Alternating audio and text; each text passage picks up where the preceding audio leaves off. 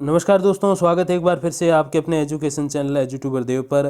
तो दोस्तों, बहुत बार आपने प्रश्न भी किए हैं और मैंने काफ़ी सारे कमेंट्स भी रिप्लाई किए हैं। हालांकि अब तो थोड़ा समय कम मिल रहा है, लेकिन जब भी समय हो तो मैं कमेंट्स ज़रूर रिप्लाई करता हूं। तो उसमें मैंने आपको काफ़ी बार बताया है कि जब दूसरे राज्यों के जो अभ्यर्थी हैं वो पूछते हैं विशेषकर कि सर हम इसमें फॉर्म भर सकते हैं क्या, या फिर हम जो है आवेदन कर सकते हैं और हमारे सिलेक्शन के क्या चांसेस हैं।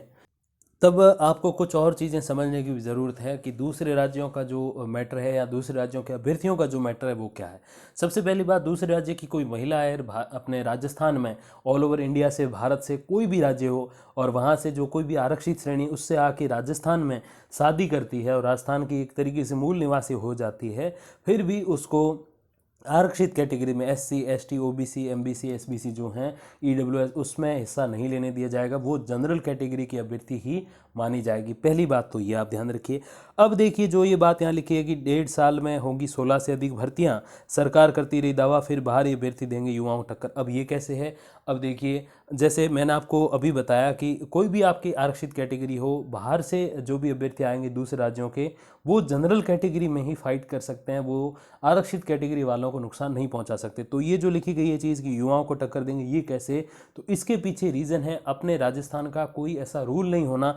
जैसे कई सारे ऐसे राज्य हैं, जैसे वीडियो में आगे हम बात भी करेंगे, जिनका नियम है 5%, 3%, 10% कि इतने से ज़्यादा बाहरी राज्यों के युवा हमारी भर्ती में नहीं हो सकते।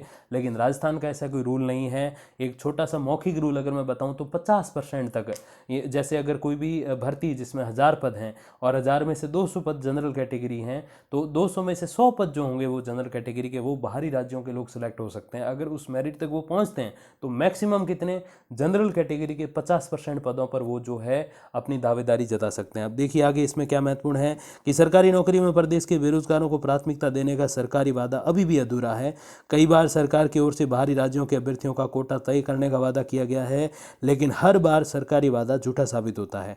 आगामी 1.5 साल में प्रदेश में 15 से अधिक भर्तियां होनी है। इसमें 70 से 80 लाख बेरोजगार अपना भाग्य आजमाएंगे। इस बार भी हमारे युवाओं को दूसरे राज्यों के लोग कड़ी टक्कर देंगे। देखिए कैसे। सबसे पहले RS भर्ती 2021 के लिए आवेदन पूरे हो चुके हैं। आपको पता है प्रीलिम्स जो है अक्टूबर में प्रस्तावित है। इस परीक्षा में 5 लाख से अधिक अभ्यर्थी शामिल होंगे। लगभग 6 लाख, 6.5 लाख का आंकड़ा है।